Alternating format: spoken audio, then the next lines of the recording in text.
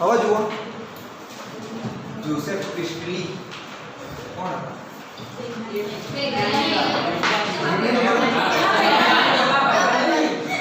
મારા ભાઈ બંધ હતા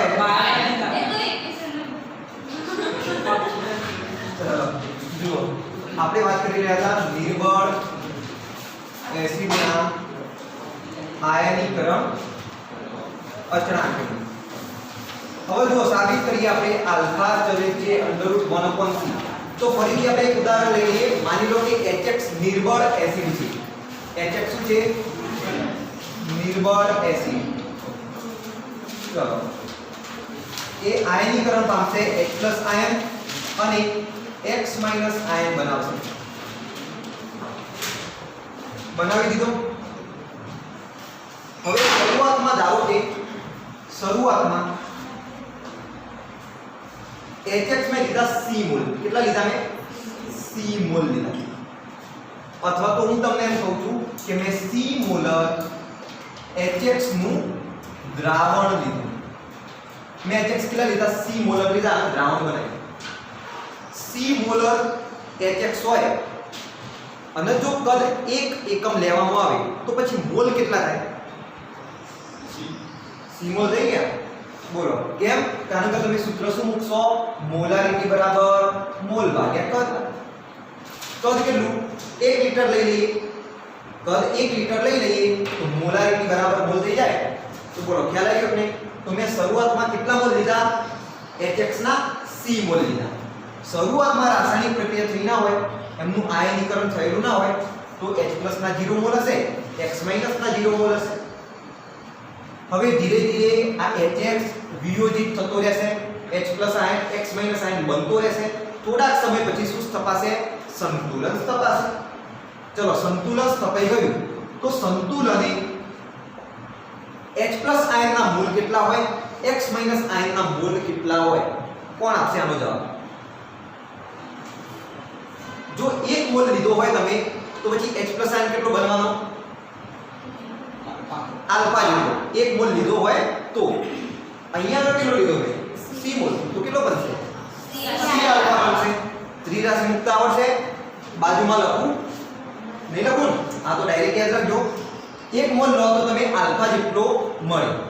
તો C મોલ લેશો તો C આલ્ફા મળશે. C આલ્ફા H+ આયન મળશે. C આલ્ફા X- આયન મળશે. ચલો H+ આયન મળ્યો, X- આયન મળ્યો. તો સંતુલને HX કેટલો વધ્યો? કેટલા મોલ વધ્યો? C આલ્ફા જેટલો વધ્યો. ચલો આ તો સંતુલને મેં મોલ લખ્યા. સાંદ્રતા લખી દો. સાંદ્રતા કેટલી થાય? C આલ્ફા ભાગ્યા V. V કેટલા હતા? અહીંયા તમે લખી નાખ્યું તમને ભાઈ દ્રાવણનું કદ 1 લીટર માની લીધું. એટલા માટે તમે મોલારિટી બરાબર મોલ લખી દીધા. બરાબર? તો અહીંયા આગળ સાંદ્રતા પણ કેટલી થાય? C આલ્ફા થઈ જાય. ચલો H+ આયનની સાંદ્રતા C આલ્ફા, X- આયનની સાંદ્રતા C આલ્ફા થશે. ફરીથી સૂત્ર કયું આવશે? સંતુલન અચળાંકનું સૂત્ર. અહીંયા આગળ સંતુલન અચળાંક એટલે એસિડનો, નિર્બળ એસિડનો આયનીકરણ અચળાંક Ka. સૂત્ર શું આવશે? H+ આયનની સાંદ્રતા X- આયનની સાંદ્રતા છેદમાં HX ની સાંદ્રતા. કિંમતો મૂકો, સાદું રૂપ આપો. બોલો H+ આયનની સાંદ્રતા C આલ્ફા ગુણ્યા C આલ્ફા છેદમાં C આલ્ફા લગાય. હવે જુઓ આમાંથી કોમન શું નીકળે છે? C. તો નીકાળી દઈએ. C આલ્ફા ગુણ્યા C આલ્ફા છેદમાં C કૌંસમાં 1 આલ્ફા વધશે. એક C કેન્સલ થાય તો હું કરી દઈશ કેન્સલ. વધશે શું હવે? કે A બરાબર C આલ્ફા નો વર્ગ. આલ્ફા 2 વાર છે એટલે વર્ગ થઈ જશે છેદમાં 1 આલ્ફા. હવે આ એસિડ કેવો હતો? નિર્બળ. જો એસિડ નિર્બળ હોય, નિર્બળ એસિડ હોય તો પછી અહીંયા આગળ જે H+ આયન તમને મળેલો હશે એ ખૂબ જ ઓછા પ્રમાણમાં મળેલો હશે. કેમ કે એસિડ નિર્બળ છે એટલે એનું વિયોજન ખૂબ જ ઓછા પ્રમાણમાં થયેલું હોય. એટલે H+ આયનની સાંદ્રતા આ X- આયનની સાંદ્રતા કેવી હોય? ખૂબ જ ઓછી હોય. તો આપણે 1 ની સાપેક્ષે આલ્ફાને અવગણી શકીએ. બોલો આલ્ફાનું મૂલ્ય ખૂબ જ નાનું હોય તો 1 મોર ગ્રેટર ધેન આલ્ફા. તો એકની સાપેક્ષે આલ્ફાને અવગણી દઈએ, અવગણી લેતા શું મળશે કે a બરાબર c આલ્ફાનો વર્ગ મળશે. આપણે આલ્ફા સ્ક્વેર નો કરતા બનાવવાના, તો બનાવી દો આલ્ફા સ્ક્વેર નો કરતા c ના બરાબરની સામે મોકલો તો કે a ના છેદમાં આવી જાય. ચલો વર્ગમૂળ નીકાળો. અહીંયા આગળથી આલ્ફા સ્ક્વેર માંથી હું લખીશ આલ્ફા, તો પછી સામેનું પણ વર્ગમૂળ નીકળો, સામેના પદનું તો અંડર રૂટ શું આવે કે a ભાગ્યા c આવે. આવી ગયા. હવે એ શું છે? અચળાંક. એનું મૂલ્ય અચળ હશે તો પછી આલ્ફા ચલે છે 1/√c લખાય કે ના લખાય? બોલો સાબિત થઈ ગયું કે નહીં? આપણે એક વસ્તુ સાબિત કરી આલ્ફા ચલે છે 1/√c. ક્લિયર? કોઈનો પ્રોબ્લેમ? બરાબર. અહીંયા તમે 1/√c લખાય, અહીંયા તમે √1/c લખાય, બંને સરખા જ રહેશે. બરોબર? ગાણિતિક રીતે બંને સરખા જ છે. એટલે બાયોલોજી વાળા કદાચ કન્ફ્યુઝન થઈ ગયું છે. આ શું લખી દીધું? અહીંયા આગળ છેદમાં અંડરરૂટ કરાય, અહીંયા આગળ આખાના અંડરરૂટ કરાય. તો ભાઈ √1 તો 1 જ રહેવાના છે. બરોબર? તો બંને સાચું છે. ક્લિયર? ખ્યાલ આવી ગયો કે નહીં? તો તમે આ સૂત્રનો ડાયરેક્ટ ઉપયોગ કરી શકો. કઈ રીતે? જુઓ, આ સૂત્ર મેં આપ્યું તમને આલ્ફા બરાબર √a/c. તમને આપેલી હોય સાંદ્રતા, શરૂઆતની સાંદ્રતા થાય કે ના થાય? આ c શું છે? શરૂઆતના મોલ. હવે મોલ બરાબર મોલારિટી છે નહીં, તો શરૂઆતની દ્રાવણની સાંદ્રતા કેટલી છે? c. તમને જો કોઈ નિર્બળ એસિડ માટે શરૂઆતની સાંદ્રતા આપેલી લીધી હોય c, તમને એક એસિડ માટે Ka આપેલો હોય, તો પછી તમે વિયોજન અંશ શોધી શકો આલ્ફા. ડાયરેક્ટ સૂત્ર મૂકો, જવાબ લાવો. ચલો આલ્ફા મળશે તો સંતુલને તમને x - i ની સાંદ્રતા મળી જાય. તમને સંતુલને h + i ની સાંદ્રતા મળી જાય કે નહીં? હવે સંતુલને h + i ની સાંદ્રતા મળી તો મતલબ કે આપેલા દ્રાવણમાં તમને H+ આયન H3O+ આયનની સાંદ્રતા મળી ગઈ. તો pH પણ તમે શોધી શકો કે ના શોધી શકો? તો આનો ઉપયોગ થાય. ડાયરેક્ટ તમે સૂત્રનો ઉપયોગ કરીને શું શોધી શકો? દ્રાવણની pH, એના પછી સંતુલને બધા ઘટકોની સાંદ્રતા, આ બધું તમે સરળતાથી શોધી શકો. પણ એક વસ્તુ ખાસ યાદ રાખવાની, આ સૂત્ર કોના માટે લાગુ પાડશો? માત્ર નિર્બળ એસિડ માટે, કે જેમાં આલ્ફાનું મૂલ્ય 1 ની સાપેક્ષે ખૂબ જ ઓછું હોય. 10 ની -6 ઘાત હોય, 10 ની -7 ઘાત હોય, 10 ની -5 ઘાત હોય, તો તમે ડાયરેક્ટ આ સૂત્રનો ઉપયોગ કરી શકો. ખ્યાલ આવ્યો ને? હા, પણ માની લો કે ભાઈ આલ્ફા 10 ની -2 ઘાત આસપાસ હોય, તો પછી અવગણવાના 1 ની સાપેક્ષે. આ 1 હોય અને આલ્ફાની કિંમત કેટલી હોય? 10 ની -2 ઘાત. 10 ની -2 ઘાત એટલે હું લખી શકું 0.01. તો પછી અવગણવાય ના અવગણાય? કેમ કે જવાબમાં પછી ડિફરન્સ થોડો વધારે આવશે, કદાચ 1-8 પોઈન્ટની આસપાસ આવી શકે તમારો ડિફરન્સ, પણ તો આપણે અવગણીશું નહીં. એવા કિસ્સામાં પછી ડાયરેક્ટ આગળ આ રીતે ગણતરી કરતા રહેવાનું. બરોબર? તમને શું મળશે? એવા સમયે દ્વિઘાત સમીકરણ મળશે. એવા પણ આપણે દાખલાઓ જોઈશું. પણ આ મેં તમને જણાવી દીધું કોના માટે લાગુ પાડશો? નિર્બળ એસિડ માટે લાગુ પાડશો તમે. ક્લિયર? ખ્યાલ આવી ગયો? તો પછી આપણે દાખલાઓ જોઈએ. ભાઈ દાખલાઓ કેવી રીતના પૂછાશે અને દાખલાઓ પૂછાય તો કેવી રીતે આપણે એનો સોલ્વ કરીશું. તો ચલો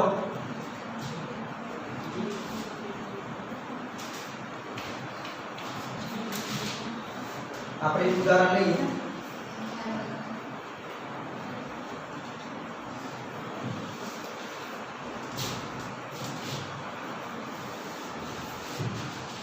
તમને આપેલું છે એસિટિક એસિડ. બરોબર? શું આપેલું છે? એસિટિક એસિડ CH3COOH આપેલું છે. આના K નું મૂલ્ય તમને આપી દીધું છે. હવે K નું મૂલ્ય જોજો 1. કેટલું છે? જુઓ K નું મૂલ્ય ટેબલ જુઓ.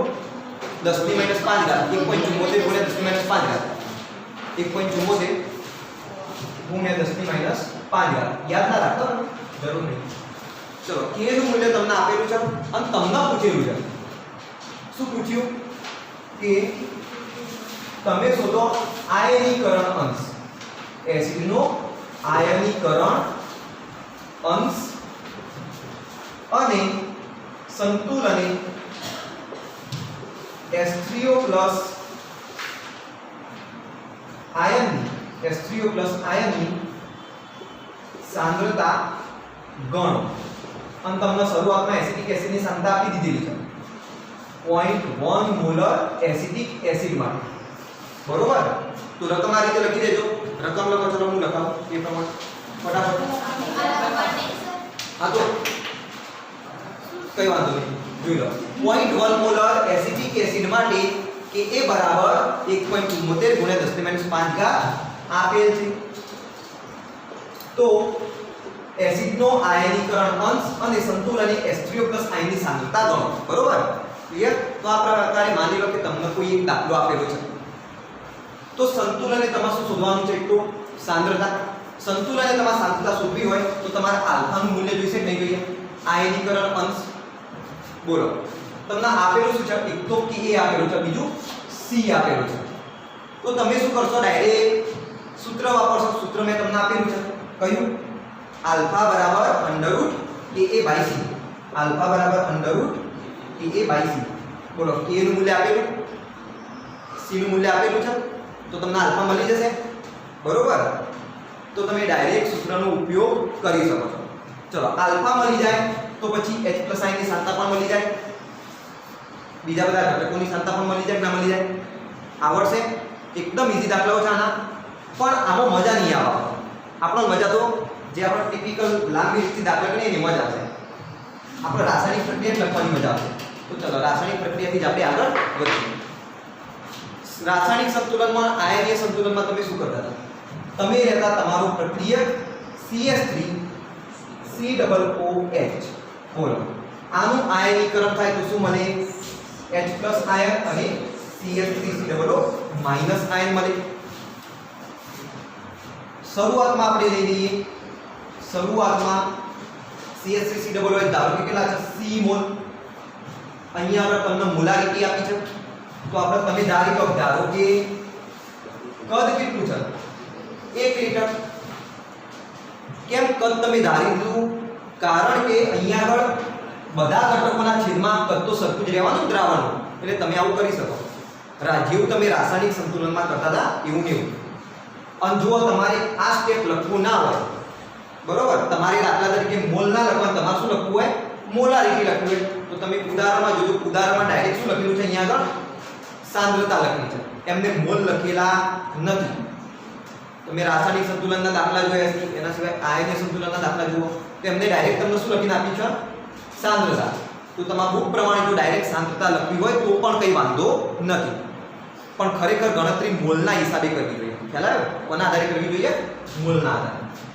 તો ચલો, હું મોલના આધારે લખી દઉં. શરૂઆતમાં મોલ કેટલા છે? C mall. આના 0, આના 0.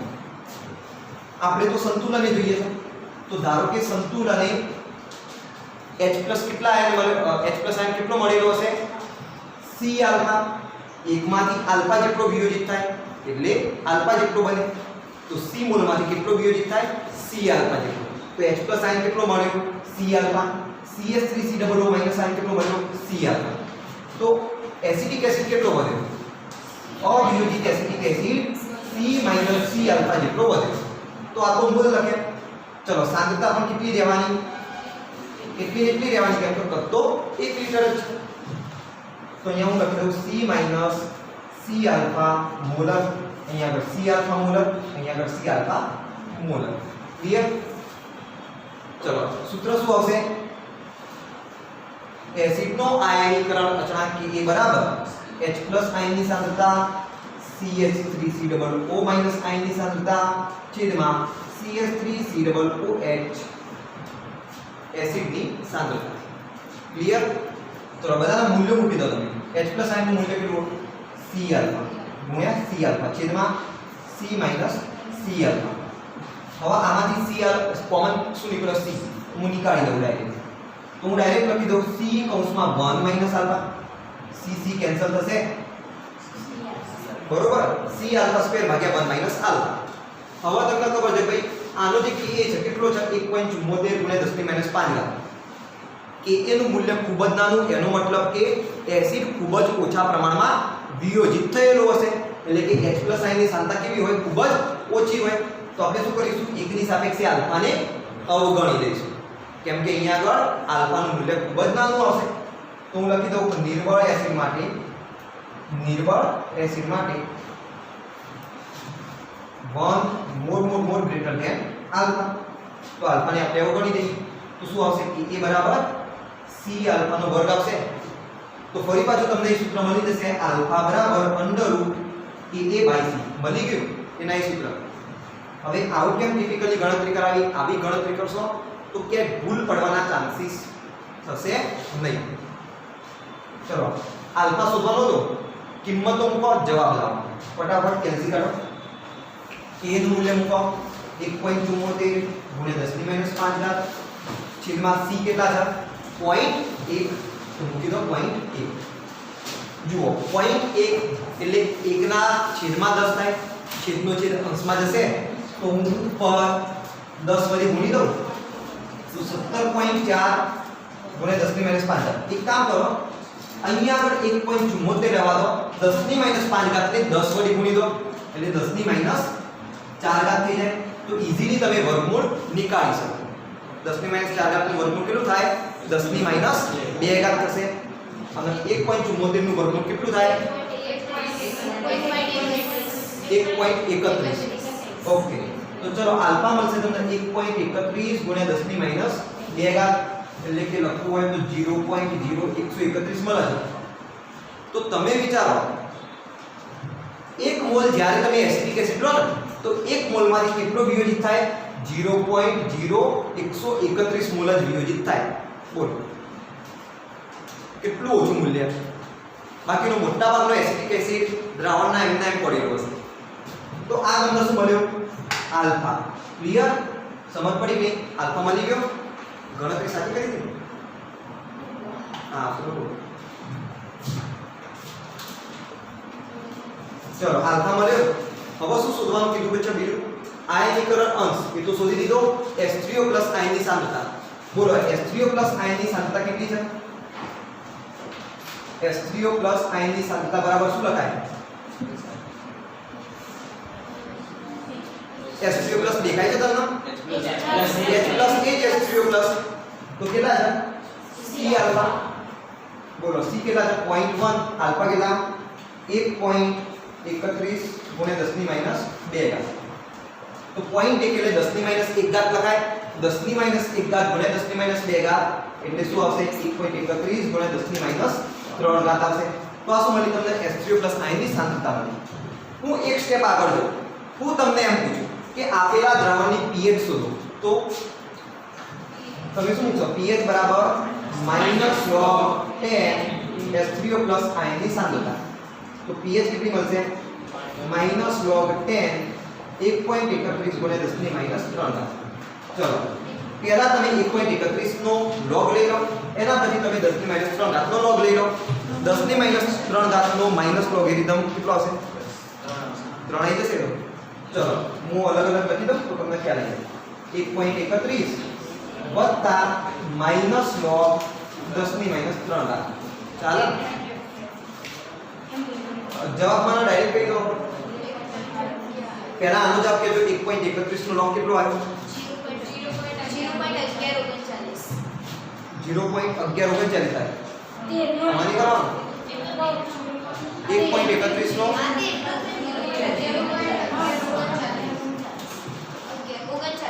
બરોબર log ટેબલ લઈને આવ્યા તો પછી એકદમ ઊંઘામ જઈને બેર્યા કામ ધંધો નહીં કોઈ. અરે હવે log ટેબલ લઈને આવો, વારંવાર દાખલામાં આવશે pH શોધવાની જ આવશે. મેં તમને નતું કીધું log ટેબલ લઈને આવો. આટલે 0.1139 બરોબર છે. અહીંયા આગળ શું થશે +3 અને અહીંયા આગળ શું માઈનસ. ચલો કેટલો આવ્યો 2.88. pH તમને કેટલી મળી 2.88 આવડશે બરોબર. જો દાખલો ખોટો હોય તો જવાબદારી તમારી. મેં દાખલો નહીં કર્યો તો લોક કરી જોડ્યો તમે જોડ્યો ના ટૂંકો કરી આપે તમને ટૂંકો કરી આપે એ ના કરી આપે ટૂંકો ઊંચેલું હશે તો તમારે ગણવો પડશે. 4 માર્ક્સનો દાખલો બનશે. સૂત્ર મૂકશો તો પણ ચાલશે પણ ક્યારે મૂકજો જ્યારે આલ્ફાનું મૂલ્ય ખૂબ જ ઓછું આવતું હોય ત્યારે. ઘણીવાર શું હોય કે એ આપેલું હોય 10 ની -2 ઘાત તો શું કરશો ભાઈ કે એ 10 ની -2 ઘાત હોય એ કેટલો હોય 10 ની -2 ઘાત તો પછી અહીંયા આગળ આને અવગણવાના નહીં બરોબર 0.3 નો હતો તો 0.4 નો પછી ડિફરન્સ આવશે તમારા જવાબ વચ્ચે સૂત્ર અને અવગણ્યા વગર તમે દાખલો ગણશો તો એટલા માટે ગણાવો દાખલાઓ તમને પ્રેક્ટિસ કરાવીશું તમને અનુભવ થશે એટલે ખ્યાલ આવી જશે તમને તો કેમ હું વારંવાર પ્રોપર રીતે ચલાવું કેમ ડાયરેક્ટ સૂત્રનો આપણે ઉપયોગ કરતા નથી એનું રીઝન પણ તમને કહીશ ચલો આટલું ગણી દીધું કે નહીં સમજ પડી ગઈ લખવાનું બાકી છે ઓકે હવે જુઓ અહીંયા આગળ આની એક લિમિટેશન કઈ લખાઈ છે કે ભાઈ નિર્બળ એસિડ માટે તમે આનો ઉપયોગ કરશો કોનો સૂત્રનો બીજું એક બેઝિક એસિડ હોય એના માટે તમે આનો ઉપયોગ કરશો કોના માટે એક બેઝિક એસિડ માટે કોઈને ખબર છે એક બેઝિક એસિડ કોને કહેવાય દ્વિબેઝિક એસિડ કોને કહેવાય ત્રિબેઝિક એસિડ કોને કહેવાય ઇંગ્લિશમાં કહીએ તો મોનોબેઝિક ડાયબેઝિક ટ્રાઇબેઝિક નહીં ખબર HCl પાણીમાં ઓગળે તો કેટલા H+ આયનનું દાન કરે એક તો એ થઈ ગયો એક બેઝિક એસિડ એસિડની બેઝિકતા હોય અને બેઝની એસિડિકતા હોય યાદ રાખજો આ મેં તમને નોર્માલિટી વખતે ચલાવ્યું તુલ્યભાર વખતે બરોબર તમને ચલાવેલું છે આ બધું બરોબર તમને સંયોજકતા ફેક્ટર એન ફેક્ટર ગણતરી શીખવાડ્યું વેલેન્સી પણ બરોબર લખેલું હતું તો તમને ત્યાં આગળ ચલાવેલું છે ઓલરેડી કે ભાઈ એક બેઝિક શું દ્વિબેઝિક શું અને ટ્રાઇબેઝિક શું ત્રિબેઝિક શું અહીંયા ફરીથી એકવાર ચેક કરી દઉં જો આટલું તમે લખી રાખજો એક બેઝિક ઇંગ્લિશમાં શું કહેવાય મોનોબેઝિક પછી દ્વિબેઝિક આવે ઇંગ્લિશમાં શું કહેવાય ડાયબેઝિક અને પછી શું ત્રિબેઝિક ગુજરાતીમાં શું થશે ત્રિબેઝિક અથવા તો ઇંગ્લિશમાં ટ્રાઇબેઝિક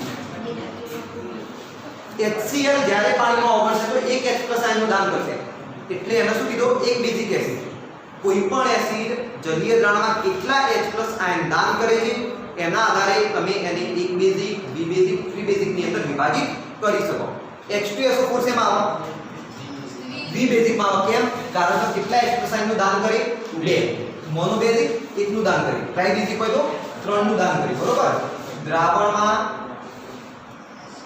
દાન કરતા H+ આયનની સંખ્યા બરોબર હવે ખ્યાલ આવશે કે નહીં તો આ તમે કોના માટે લાગુ પાડી શકો માત્ર ને માત્ર એક બેઝિક એસિડ માટે કેમ એવું તમે અહીંયા જુઓ દ્વિબેઝિક એસિડ હશે તો તમને અહીંયા પર કેટલા H+ આયન મળેલા હશે 2 તો અહીંયા પર કેટલા વડે ગુણાશે 2 વડે ગુણાશે તો એવા સમયે H3+ આયનની સાંદ્રતા બદલાઈ જશે એવા સમયે તમને આ મૂલ્યમાં પણ આ ગણતરીમાં પણ ફેરફાર જોવા મળશે અહીંયા પર કેટલા વડે ગુણાશે 2 વડે અહીંયા √2 થઈ જશે આગળ બરોબર ખ્યાલ આવ્યો નહીં તો એટલા માટે તમને કહ્યું કે ભાઈ મોનોબેઝિક એસિડ માટે તમે આ સૂત્રનો ઉપયોગ કરજો અને બેસ્ટ રીત શું હોય પહેલાથી જ ગણતરી શરૂઆત કરો પહેલાથી જ ગણવાની શરૂઆત કરો તો પહેલાથી ગણવાની શરૂઆત કરશો તો પછી નિર્બળ હોય કે પ્રબળ હોય મોનોબેઝિક હોય ડાયબેઝિક હોય ટ્રાઇબેઝિક હોય તમારી ભૂલ પડવાની શક્યતા 0 રહેશે પણ ડાયરેક્ટ સૂત્રનો ઉપયોગ કરશો તો ત્યાં આગળ ભૂલ પડવાની શક્યતા રહેશે એટલે યાદ રાખજો આ વસ્તુ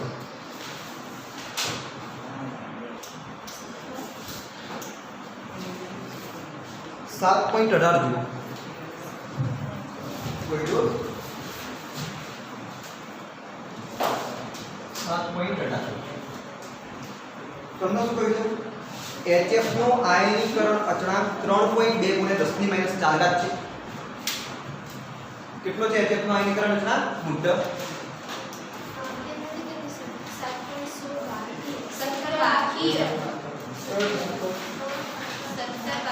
70 तो मैं कराई दी 70 जुओ 70 में कराई दी कंसेप्ट शिखवाड़ी दी 10 ની -8 का मोलर HCl ની pH ગણ કેટલી આવી pH 8 HCl ની pH કેટલી આવી 8 આવે તો પછી H3+ ની જે H2 દ્વારા મળતી હોય એ ગણતરીમાં લઈ લેવાની તો બોલો આ દાખલો ગણાય કે ના ગણાય બરોબર ક્લિયર કોઈના યાદ છે પછી ઘણાના અમુકને એક્સપ્રેશન પરથી એવું લાગે ને ઘણા તો કન્ફ્યુઝન માં કે સાહેબ હું બોલવું આવું એકવાર તો એવું ઈચ્છા છે કોઈ સાહેબ ન કહીએ કે સાહેબ હવે તો ગુજરાતીમાં બોલો અમને નહીં સમજ પડતી બરોબર ચલો હવે જુઓ કોઈનો 7.18 HF નો આયનીકરણ અચળાંક તમને આપેલો છે કે કેટલો છે 3.2 ગુણ્યા 10 ની -4 HF નો તેના 0.02 મોલ દ્રાવણમાં વિયોજન અંશ ગણો તો શરૂઆતની સાંદ્રતા તમને આપી દીધી છે 0.02 મોલ વિયોજન અંશ ગણવાનો કીધો છે એટલે કે આલ્ફા આપણે શોધવાનો રહેશે દ્રાવણમાં હાજર બધી સ્પીસીસ H3O+ F- અને HF અને તેની pH ગણો તો ટૂંકમાં બધાની સાંદ્રતા પણ ગણવાની અને pH પણ ગણવાની તો હું લખી દઉં કે સંતુલને બધા ઘટકોની સાંદ્રતા તેમજ pH શોધો તો આટલું કામ આપણે કરવાનું રહેશે તો તમને ખ્યાલ આવી ગયો ભાઈ આપણે જે લાસ્ટ ટાઈમ દાખલો ગણ્યો એના જેવો આ દાખલો છે કોઈ ફેરફાર કરો આની અંદર નથી ફેરફાર તમે આલ્ફા શોધશો એટલે તમને બધા ઘટકોની pH મળશે એમાં H3O+ આયનની પણ મળશે અને પછી તમને pH પણ મળી જશે ક્લિયર હવે જુઓ અહીંયા આગળ શું થશે આપેલું છે કોઈ એસિડ HF એસિડ આપે છે ને ચલો તો HF નું જ્યારે આયનીકરણ થાય તો તમને શું મળશે H+ આયન અને F- આયન જુઓ ઘણીવાર શું હોય આની કોની સાથે પ્રક્રિયા કરાવી હોય H2O સાથે તો અહીંયા H+ ની જગ્યાએ શું આવશે H3O+ આવશે બરોબર તમારી મરજી તમારે લખવું હોય તો લખજો અને ના લખવું તો પણ કઈ વાંધો નહીં બરોબર ખ્યાલ આવી ગયો કે નહીં અહીંયા આગળ મારા ખ્યાલથી પહેલામાં H2O લખેલા છે પણ ઇન કેસ તમે નહીં લખો તો પણ ચાલશે અને કન્ફ્યુઝન થતું હોય તો પછી અહીંયા આગળ H2 ઉમેરી દઉં થશે કન્ફ્યુઝન ચલો બુક પ્રમાણે તમને સમજાઈ દઈએ પહેલી વાર અહીંયા આગળ H2 કરજો અને અહીંયા આગળ H3O+ કરીશ ક્લિયર તો HF H2O સાથે પ્રક્રિયા કરશે આયનીકરણ થશે H3O+ અને F- આયન મળશે તમને હવે તમે જ્યારે બુકમાં જોશો તો તમને બુકમાં બે સમીકરણો લખીને આપેલા છે જુઓ આપેલા છે તો કેમ બે સમીકરણો લખીને આપે તો હવે ધ્યાનથી સાંભળજો HF નું આયનીકરણ થાય એટલે H3O+ અને F- આયન મળે બીજું પાણીનું સ્વયં આયનીકરણ થાય કે ના થાય પાણીનું પોતાનું સ્વયં આયનીકરણ થશે એટલે પણ H3O+ આયન અને OH- આયન મળશે તો જ્યારે પણ તમે દ્રાવણને જુઓ તો એની અંદર તમને બે જગ્યાએથી H3O+ આયન આવતા જોવા મળશે કઈ બે જગ્યાએથી એક તો તમે જે નિર્બળ એસિડ લીધો એના આયનીકરણ દ્વારા અને બીજો પાણીના સ્વયં આયનીકરણ દ્વારા મળતો H3O+. હવે તમે આ HF નો K લખજો કેટલો છે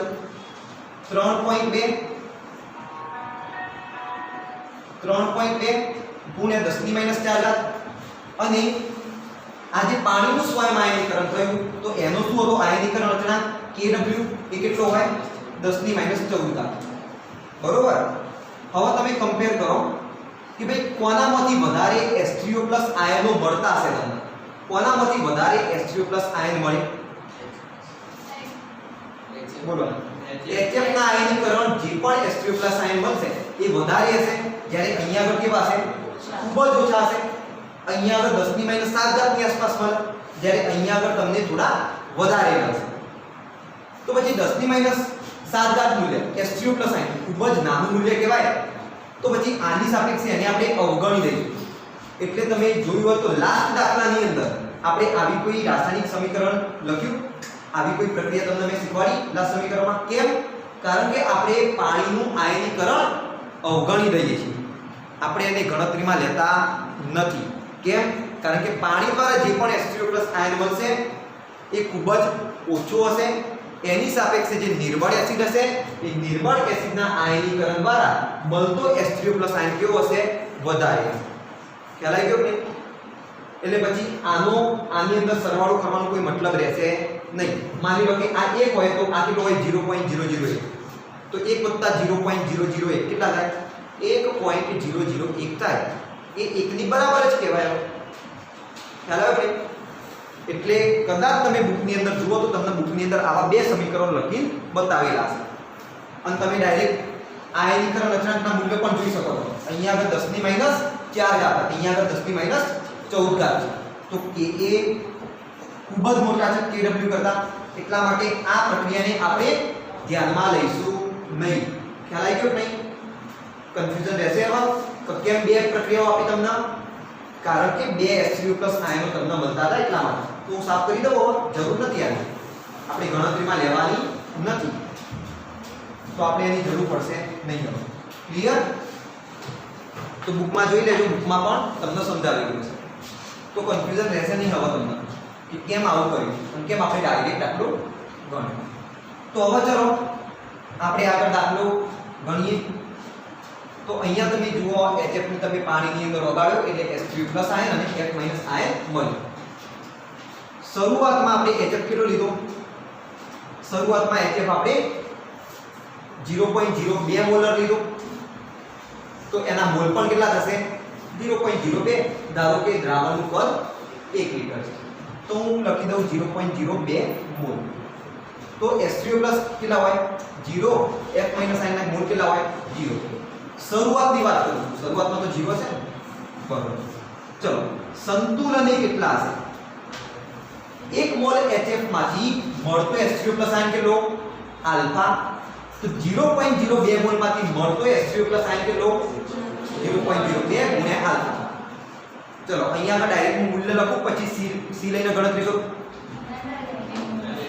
કઈ વાંધો નહીં આપણે સી લઈને ગણતરી કરીએ પછી તમે મૂલ્ય મૂકી દેજો આપણે પહેલા આવું કરતા ને કે સી માં પહેલા સી મોલ લેતા તો 0 તો 0 હવે સંતુલન 1 મોલ HF આયનીકરણ પામે તો આલ્ફા જેટલો H3O+ મળે આલ્ફા જેટલો F- આયન મળે ત્યારે 1 મોલ અહીંયા આગળ કેટલા મોલ C મોલ તો કેટલા મળશે C આલ્ફા તો સંતુલન HF કેટલો વધ્યો C આલ્ફા આટલી એની શું થાય સાંદ્રતા થાય ને એટલા મોલ એટલી એની સાંદ્રતા થશે તો હું ડાયરેક્ટ લખી દીધું સંતુલનની સાંદ્રતા કેટલી મળી HF ની C આલ્ફા H3O+ ની C આલ્ફા F- ની C આલ્ફા બરાબર હવે જુઓ આગળ શું કરશો તમે લાસ્ટ ટાઈમ કર્યું એ રીતે K નું સૂત્ર મૂકશો K ના સૂત્રની અંદર આ બધાના મૂલ્ય મૂકશો H3O+ F- છેદમાં શું આવશે HF આવશે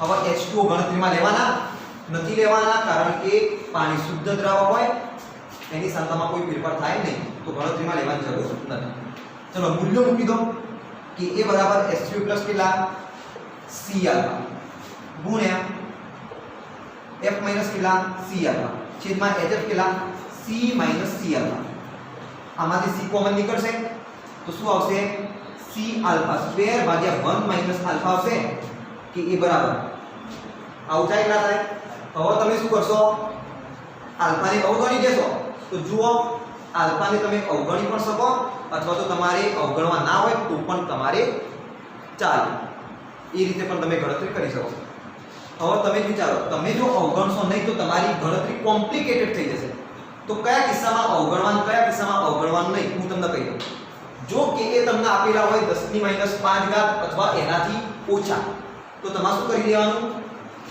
એકની સાપેક્ષે આલ્ફાને અવગણી દેવાનું ત્યારે કે એ કેટલો આપેલો હોય 10 ની -5 ઘાત અથવા એનાથી ઓછો આપેલો હોય સમજ પડી નહીં અને જો તમારે ગણતરી કરવી હોય તો પણ કઈ વાંધો નહીં તમને ખબર છે કે દ્વિઘાત સમીકરણ આગળ મળશે અને એ પ્રમાણે તમારે કોમ્પ્લિકેટેડ ગણતરી કરવી પડશે પરંતુ જો 10 ની -4 ઘાત આપેલો હોય તો પછી તમારે અવગણવાનો નહીં ગણતરી કરવાની તો કોયડામાં તમે જુઓ કોયડામાં અવગણેલો નથી ખ્યાલ આવ્યો નહીં કોયડામાં અવગણ્યો નથી 1 આલ્ફા ગણતરી કરેલી છે તો મેં તમને અહીંયા આગળ મૂલ્ય આપી દીધું જ્યારે પણ તમને k કેટલો દેખાય 10 ની -5 ઘાત અથવા એનાથી ઓછો તો તમારે શું કરી દેવાનું અવગણી દેવાનું અને 10 ની -4 ઘાત દેખાય તો અવગણવાનું નહીં આપણે આની અંદર જ ગણતરી કન્ટિન્યુ રાખીશું જો કેના ગણતરી કરશો કે એનું મૂલ્ય આપેલું છે તમને મૂકી દો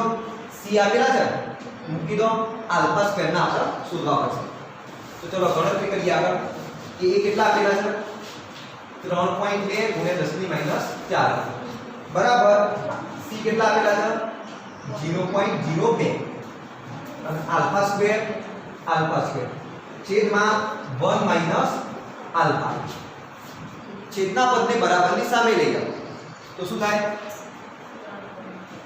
3.2 ગુણ્યા 10 ની માઈનસ 4 ઘાત કૌંસમાં 1 માઈનસ આલ્ફા બરાબર 0.02 આલ્ફા સ્ક્વેર ચલો ગુણાકાર કરી દો તો 3.2 ગુણ્યા 10 ની માઈનસ 4 ઘાત માઈનસ 3.2 ગુણ્યા 10 ની માઈનસ 4 ઘાત ઇન્ટુ આલ્ફા આવશે આવું બરાબર 0.02 આલ્ફા નો વર્ગ હવે શું કરો તમે આ બધા જ પદોને બરાબરની સામે લઈ જાઓ તો શું લખાય therefore 0.02 આલ્ફા સ્ક્વેર 3.2 ગુણ્યા 10 ની માઈનસ 4 ઘાત ને બરાબરની સામે લઈ જઈએ તો માઈનસ થઈ જશે આ માઈનસ 3.2 ગુણ્યા 10 ની માઈનસ 4 ઘાત આલ્ફા ની બરાબરની સામે લઈ જઈએ તો પ્લસ થઈ જશે માઈનસ છે તો બરાબરની સામે પ્લસ થઈ જાય 3.2 ગુણ્યા 10 ની માઈનસ 4 ઘાત આલ્ફા માઈનસ 3.2 ગુણ્યા 10 ની માઈનસ 4 ઘાત બરાબર 0 હવે આ તમને શું મળ્યું દ્વિઘાત સમીકરણ મળ્યું કે નહીં દ્વિઘાત સમીકરણ પહેલી વાર નહીં જોયું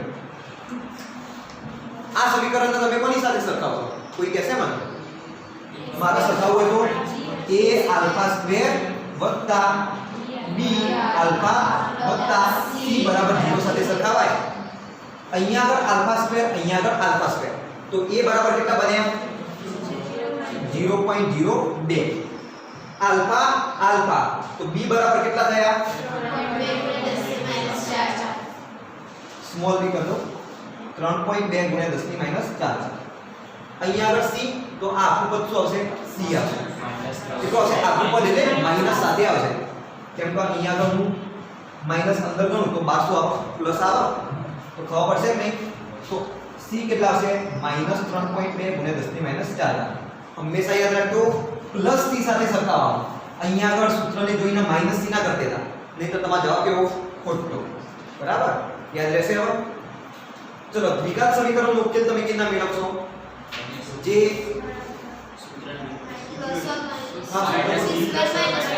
આલ્ફા બરાબર શું લખાય minus b plus or minus under root b square minus 4ac divided by 2a બરોબર minus b plus or minus કૌંસમાં b સ્ક્વેર માઈનસ 4ac ભાગ્યા 2a ચલો હવે ગણતરી કરજો આલ્ફા શોધી દઈએ આપણે માઈનસ b કેટલા છે b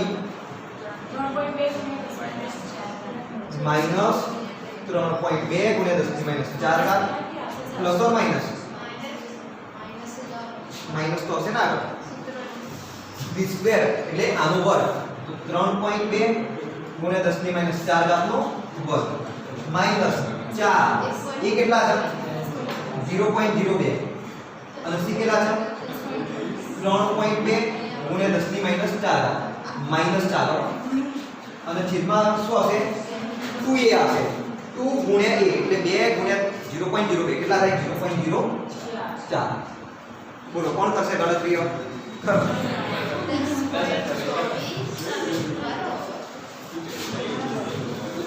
આજથી ગણતરી કરજો ને બધું ખોટું આવશે હા તો ગણો ચલો કેલ્સી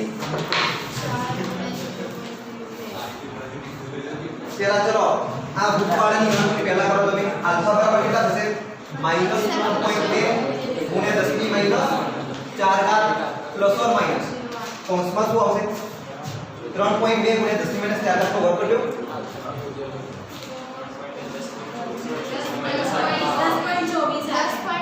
આ 10.24 ગુણ્યા 10 ની માઈનસ 8 ઘાત અને આની ગણતરી કરજો માઈનસ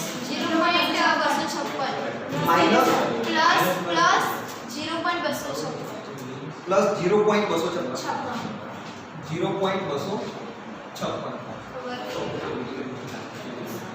ચલો આટલું મળ્યું તમને અચ્છા ગુણે આપશે ગુણે 10 ની માઈનસ 4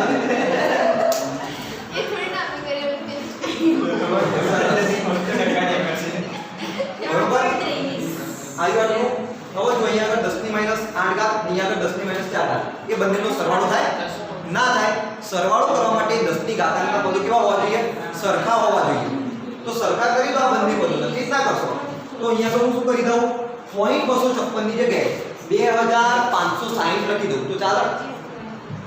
0.256 ની જગ્યાએ શું છે 0.256 ગુણ્યા 10 ની માઈનસ 4 ઘાત.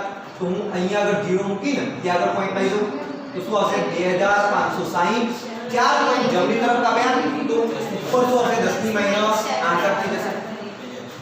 ચલો હવે આનો અને આનો સરવાળો કરી મને જવાબ કહો કેટલો આવે.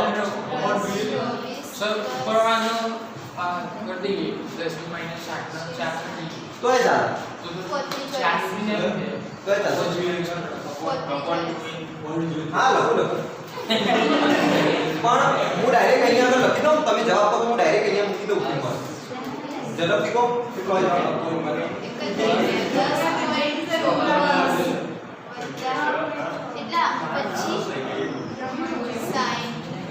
ગણતરી કરો 25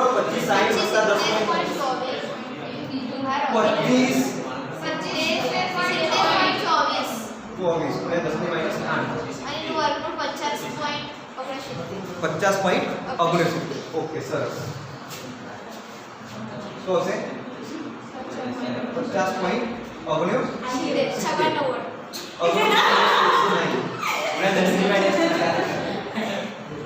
અને છેલ્લા શું સર બે કદ થઈ ગઈ બે કદ આવશે બે કદ ના આવશે ના 4 બરાબર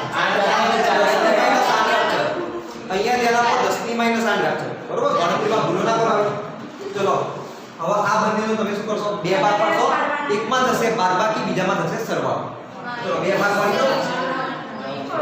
માઈનસ 1.2 ગુણ્યા 10 ની માઈનસ 4 ઘાત માઈનસ અહીંયા પ્લસ લખી દઉં 69 × 10 ડિવાઇડેડ બાય 0.0. હવે જુઓ બીજું પદ હું લખીશ -3.2 ગુણ્યા 10 ની માઈનસ 4 ઘાત -50.69 ગુણ્યા 10 ની માઈનસ 4 ઘાત. હવે એ પદ શેમાં આવશે માઈનસમાં આવશે.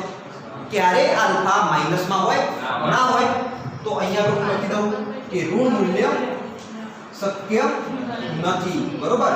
અને તમારે જો ક્યારે લખવું હોય આલ્ફા ગણીને લખવું હોય તો પણ ચાલશે બરાબર.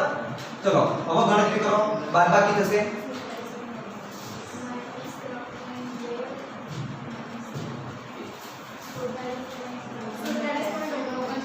47.49 ગુણ્યા 10 ની માઈનસ 4 ઘાત છેદમાં 0.04 કેટલો આવે જવાબ.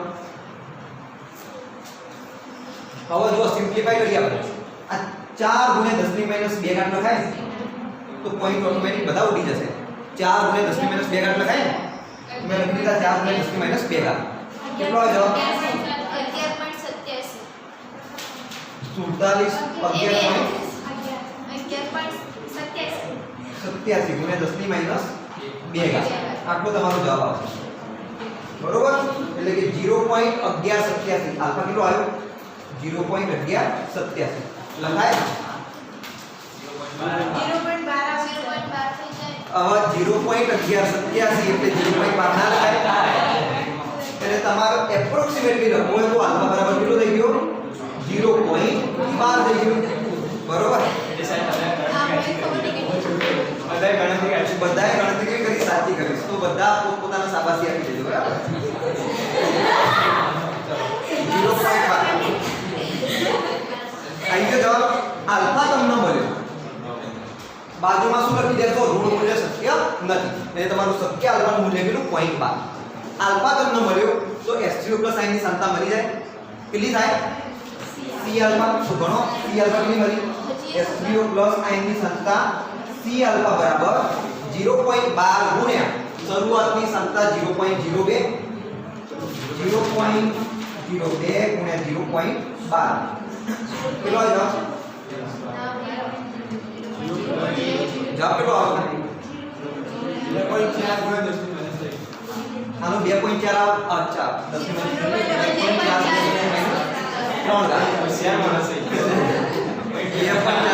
માઈનસ 3 ચલો H3O ની સાંતા કેટલી આવી F i ની સાંતા કેટલી આવે કેટલી જ આવશે F i ની સાંતા 2.4 ગુણ્યા 10 ની માઈનસ 3 હવે મને જણાવો HF ની સાંતા કેટલી આવે HF ની સાંતા કેટલી આવે HF ની સાંતાનું સૂત્ર શું C minus C alpha C કેટલા છે 0.04 સોરી 0.02 માઈનસ 0.02 ગુણ્યા 10 ની માઈનસ ગુણ્યા 0.12 એટલે હું લખી દઉં 0.02 માઈનસ 0.0024 કેટલો હશે 1.76 ગુણ્યા 10 ની માઈનસ 2 આટલી HF ની સાંદ્રતા તમને મળશે કોઈનો કન્ફ્યુઝન ખરું અહીંયા બધા સમજ પડે છે પછી ઉપરથી જાય ગણતરીમાં ઓકે હવે ધ્યાન આપો તમને મળી ગઈ બધા ઘટકોની સંતુલનની સાંદ્રતા હું તમને કહું pH શોધો તો આવડશે તો ચલો શોધો pH કેટલી આવશે pH અહીંયા તો હું લખી દઉં છું pH minus log 10 H plus I ની સાંદ્રતા minus log 10 H plus I કેટલા છે 2.4 ગુણ્યા 10 ની માઈનસ 3 ચલો શોધો ફટાફટ કોને નહીં આવડતું log કોને નહીં આવડતું કોઈ ખરું જેને log ના આવડતું હોય 0.68 ગુજરાતીમાં બોલો તો સમજ પડે ચલો મને એમ જણાવો log 2.4 કેટલા આયા log 2.4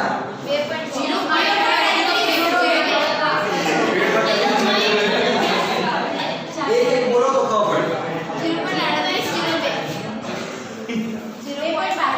0.38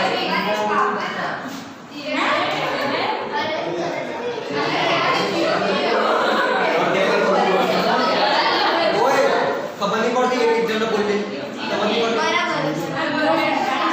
માઈનસ પ્લસ 3 કેટલો આવ્યો 2.62 આટલી તમને pH મળશે ઓકે તો સૂત્ર શીખી લો તમે log કેટલા શોધાય એ શીખી લેજો ક્લિયર આવડશે તો બધા આ પ્રમાણેના દાખલા હશે ખ્યાલ આવ્યો તો આની અંદર તમને બધા મોટા ભાગના કન્સેપ્ટો ખ્યાલ આવ્યો કે ભાઈ H3O+ ની સાંદ્રતા એક જગ્યાએથી નહીં મળતી કોઈ H3O+ ની સાંદ્રતા કેટલી જગ્યાએથી મળશે તમને H3O+ આયન કેટલી જગ્યાએથી મળશે કોઈ બોલતા નહીં જેને આવડતું હોય ઓપનિંગ ચીકર આ H3O+ મને કેટલી જગ્યાએથી મળી શકે દ્રાવણમાં